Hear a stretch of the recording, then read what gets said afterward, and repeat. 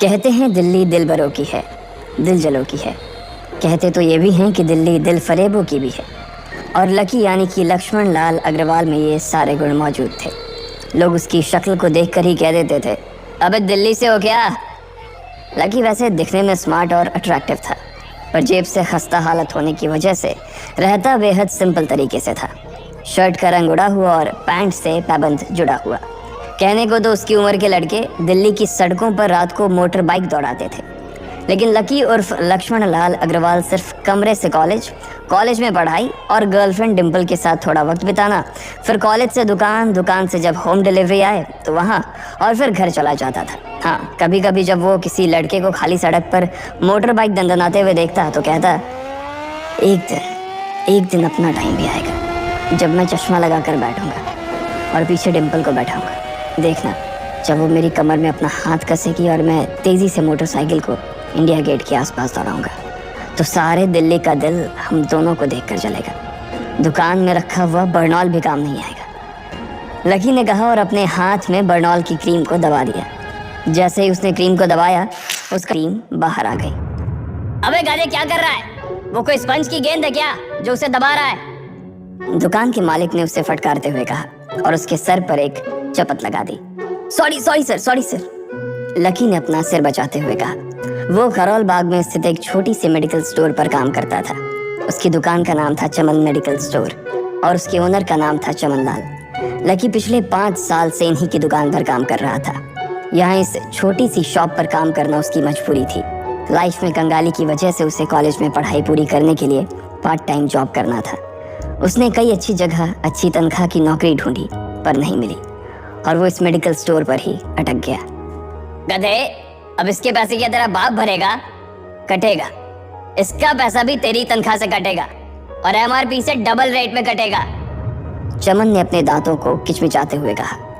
गुस्से की वजह से उसकी नाक फूल गई थी और लकी की सांसें। उसने घबराते हुए ओनर से पूछा, एमआरपी से डबल क्यों सर जी? ताकि अगली बार से ऐसी कोई हरकत करने से पहले तू डबल बार सोचे, चमन ने कहा और उसके हाथ से ट्यूब छीन ली। उसका जी तो चाह रहा था कि वो लकी की खोपड़ी पर एक और बार अपना हाथ साफ कर ले, लेकिन उससे पहले ही दुकान का फोन बजने लगा। फोन की घंटी बजते ही लकी को वहां से निकलने का मौका मिल गया और वो भागते हुए फोन उठाने के लिए चला गया। हेलो जी, करोल बाग के बेस्ट मेडिकल चमन मेडिकल स्टोर से बोल रहा हूँ, बताइए क्या काम था? ये लकी की पेटेंट लाइन थी। चाहे कहीं से भी फोन आए, लेकिन उसे फोन पर बस यही बोलना था। जैसे ही इधर लकी ने अपनी बात कही, उधर से जवाब आया, मैं ब्रूइंग नाइट होटल के कमरा नंबर 303 से बात कर रहा हूँ। एक छोटा सा ऑर्डर है, नोट करो और जल्दी से होटल पर डिलीवर करवा दो। वो एक लड़के की आवाज़ थी। उसकी आवाज़ में काफ़ी भारीपन और एक अजीब सी जल्दबाजी थी। जैसे ही लकी ने वो आवाज़ सुनी, पता नहीं क्यों उसे वो आवाज़ जानी पहचानी सी लगी। जी सर, बताइए आपका क्या ऑर्डर है? हाँ तो लिखो, हार्ट प्ले के 2 पैकेट और 1 पैकेट टिश्यू। लकी, जो कि अपना पेन लेकर खड़ा था, हार्ट प्ले का नाम सुनते ही झिझक गया। असल में हार्ट प्ले नाम का एक कंडोम आता था और इसलिए उसका नाम सुनते ही लकी शर्मा गया था। इतने साल से भी मेडिकल की स्टोर पर काम करने के बाद उसे इन चीज़ों का नाम सुनने में शर्म आती थी। हेलो भाई, लिखा कि नहीं लिखा? उस आदमी ने फिर से लकी से पूछा। जी सर, लिख लिया सर, लिख लिया। लकी ने खिसिया कर हंसते हुए कहा। लिख लिया तो फिर लेकर निकल, उस लड़के ने कहा। उसकी आवाज़ सुनकर ना जाने ऐसा क्यों लग रहा था कि वो बहुत बड़ा आदमी था। जी सर, लेकिन सर बाहर तो बारिश हो रही है, लकी ने कहा। उसने देखा कि बाहर बहुत तेज़ बारिश हो रही थी। उनकी दुकान के सामने पानी भर गया था और तेज़ हवाओं की वजह से चमन मेडिकल स्टोर का बोर्ड भी गिर गया था। लकी को लग रहा था कि वो इतनी तेज़ बारिश में अभी एकदम से तो नहीं निकल पाएगा, तो उसने उस लड़के को समझाते हुए कहा, सर मैं ऑर्डर तो ले आऊँगा पर थोड़ा टाइम लग जाएगा, बारिश थोड़ी थम जाए। अब इससे पहले कि वो कुछ आगे बोल पाता, फ़ोन पर लड़का बोल पड़ा। तुम्हारे मालिक को बताइए कि तुम मल्होत्रा जी के लड़के को मना कर रहे हो। आप बताए बारिश हो रही है, इसलिए सारा सामान अच्छे से थैली में पैक करके लाना और लेट नहीं होना चाहिए, समझे? उस लड़के ने कहा और इससे पहले कि लकी आगे कुछ कह पाता, उसने फ़ोन काट दिया। उधर से लकी के दुकान का ओनर उसे घूर कर देखा जा रहा था। लकी के हाथ में पेन और पेपर देखकर ही वो समझ गया था कि उसके पास कोई ऑर्डर आया था। आज वैसे भी इतनी बरसात होने की वजह से सुबह से इक्का दुक्का ग्राहक ही दुकान पर आए थे। ऐसे में उसकी दुकान का मालिक एक भी ऑर्डर को छोड़ना नहीं चाहता था। वो लकी को देख रहा था और लकी बारिश की ओर देख रहा था। बारिश का बहाना नहीं चलेगा, जाना पड़ेगा, चमन लाल ने कहा। मैं बहाना नहीं कर रहा सर, थोड़ी बारिश धीमी हो जाए तो मैं चला जाऊंगा। अभी आप खुद ही देखिए कितनी तेज बारिश है। वो पता नहीं कोई मिस्टर मल्होत्रा का कोई बेटा कुछ ज्यादा ही जल्दी में था। मैं साइकिल से तो पहुंच नहीं पाऊंगा इतनी जल्दी। लकी ने उनकी ओर देखते हुए कहा। क्या कहा? मिस्टर मल्होत्रा जी का बेटा? तू मेरी दुकान बंद करवाएगा क्या? अभी क्या भी निकल उनका ऑर्डर लेके, वो हमारे बहुत पुराने कस्टमर है, चमन ने कहा। पर लकी ने कहा ही था कि चमन बोला। पर कुछ नहीं, तू मेरी मोटरसाइकिल ले जा, उसने गुस्से में कहा। अरे सर जी, 200 के ऑर्डर में मुश्किल से 40 रुपए बचेंगे, इससे 3 गुने का तो पेट्रोल ही लग जाएगा, और अगर गाड़ी रास्ते में बंद हो गई तो अलग से खर्चा, लकी ने समझाते हुए कहा। वो जानता था कि उसका मालिक इन सब बातों पर ध्यान नहीं देने वाला। चमन लाल बोला। कोई बात नहीं, तू जा, चाहे जो हो जाए ग्राहक नाराज नहीं होना चाहिए, और वैसे भी वो मल्होत्रा जी का बेटा है। चमन लाल ने मोटरसाइकिल की चाबी लकी की ओर उछालते हुए कहा। लकी ने चाबी ली। उसे देखकर उसके अंदर मिक्स फीलिंग आ गई। एक तो वो बहुत खुश हुआ कि बड़े दिनों बाद बाइक चलाने को मिलेगी, पर वहीं दूसरी तरफ दुखी इसलिए हुआ कि बाइक मिली भी तो ऐसी तेज बारिश में, अगर खराब हो गई तो इसकी चपत भी उसके सिर पर ही पड़ेगी। वो मुंह लटकाकर रेनकोट और हेलमेट पहनते हुए वहां से निकल गया। बाहर आकर बाइक को देखा तो लकी ने मन में सोचा, चलो ठीक है, जो होगा देखा जाएगा, कम से कम बाइक तो चलाने को मिल रही है। दरअसल लकी इतने साल काम करने के बाद भी अपने लिए एक मोटरसाइकिल नहीं ले पाया था। लकी की तनख्वाह ही इतनी भर थी कि सिर्फ उसके कमरे का किराया, उसकी साइकिल में डालने वाली हवा का खर्च, बिजली पानी का बिल और डिम्पल के साथ महीने में 1-2 बार बाहर खाने का खर्चा ही निकल पाता था। उसे डिम्पल की कही बात अक्सर याद आती थी। लकी, अगर अगले 2 महीने में तूने बाइक नहीं खरीदी ना तो मैं तेरे से ब्रेकअप कर लूंगी, देखना।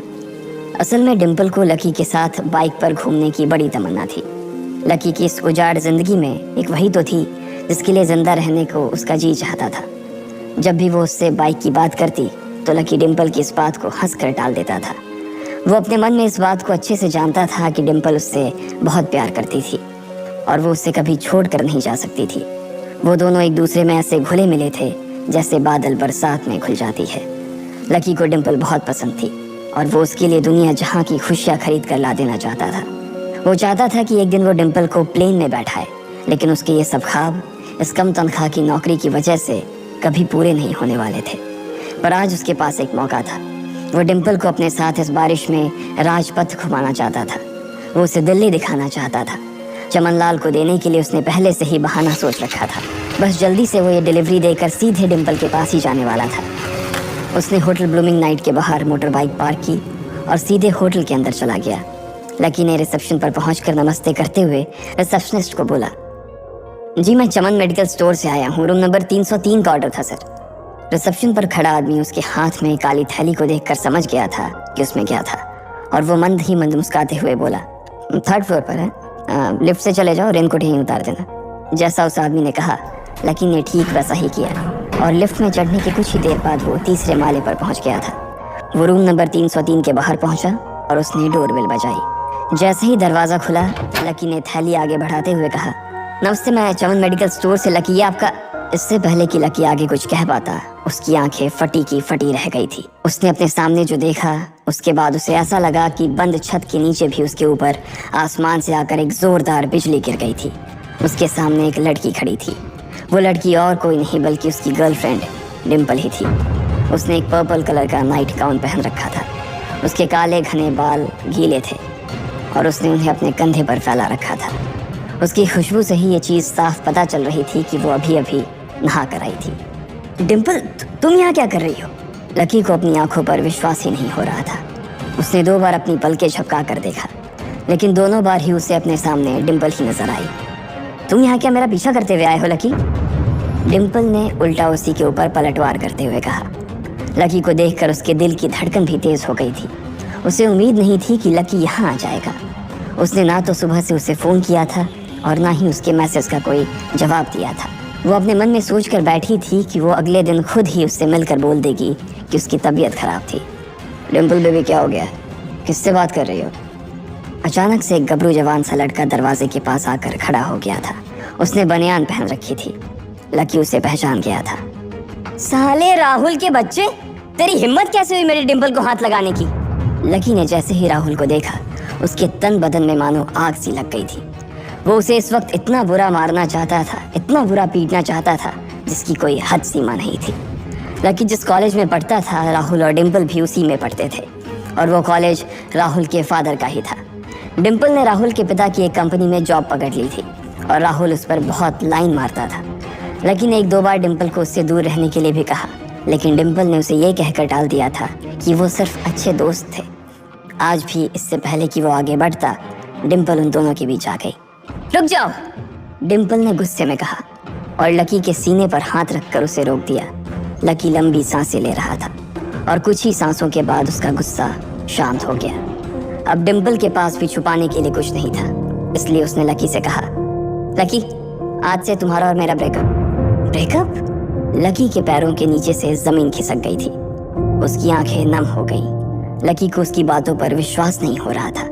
उसने डिम्पल की ओर देखा और बोला, डिम्पल, हम पिछले 1 साल से एक दूसरे के साथ हैं और तुम हो कि मुझसे ब्रेकअप करना चाहती हो? अरे मैं तो तुम्हारे लिए नई बाइक लेने वाला था। चल रहने दे, आज ही याद आई है तुझे बाइक की। अरे तेरे पास मुझे बाहर घुमाने के लिए, खिलाने पिलाने के लिए पैसे तो है नहीं। तू कहाँ से लेगा बाइक? और अगर ले भी लेगा तो उसमें पेट्रोल कहाँ से डलवाएगा? तेरी 8,000 रुपए महीने की नौकरी, उसमें होगा ये सब? लोग हंसते हैं मेरे ऊपर जब मैं सरोजनी में तेरे साथ घूमती हूँ। मैं ऐसी लाइफ नहीं जीना चाहती लकी। मैं तेरी तरह गरीब नहीं रहना चाहती। तूने मुझे फंसाया था, उल्लू बनाया था तूने मुझे, इसलिए मैंने राहुल से मैचअप कर लिया है। आज से यही मेरा बॉयफ्रेंड है, डिम्पल ने गुस्से में कहा। अच्छा, तो बेबी ये है तुम्हारा वो बेकार सा एक्स बॉयफ्रेंड?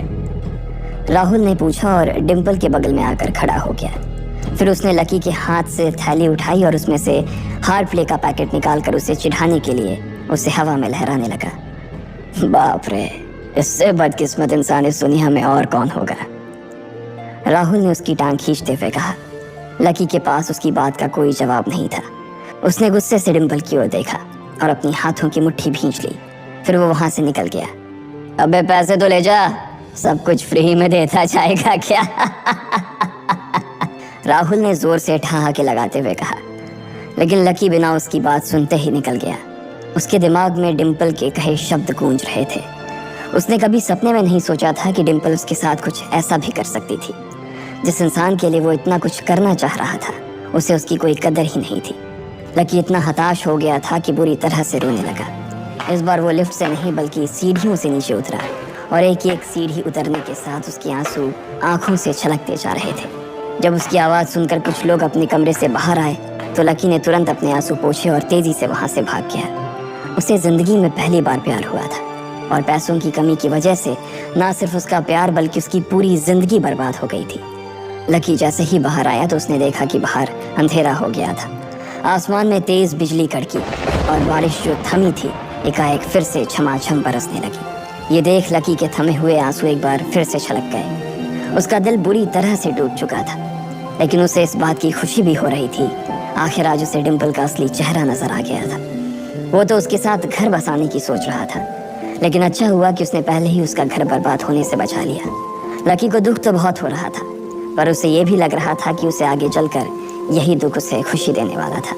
लेकिन एक चीज थी जो लकी को परेशान कर रही थी, वो थी उसकी माली हालत। उसकी जेब इतनी तंग थी कि उसे फटी हुई जेब की पैंट पहनकर घूमना पड़ता था। कभी कभी तो लकी सिर्फ रोटी खाकर दिन काट लेता था। वो कब से कोशिश कर रहा था कि कोई अच्छा काम पकड़ सके, लेकिन उसे कोई काम देने को राजी नहीं था।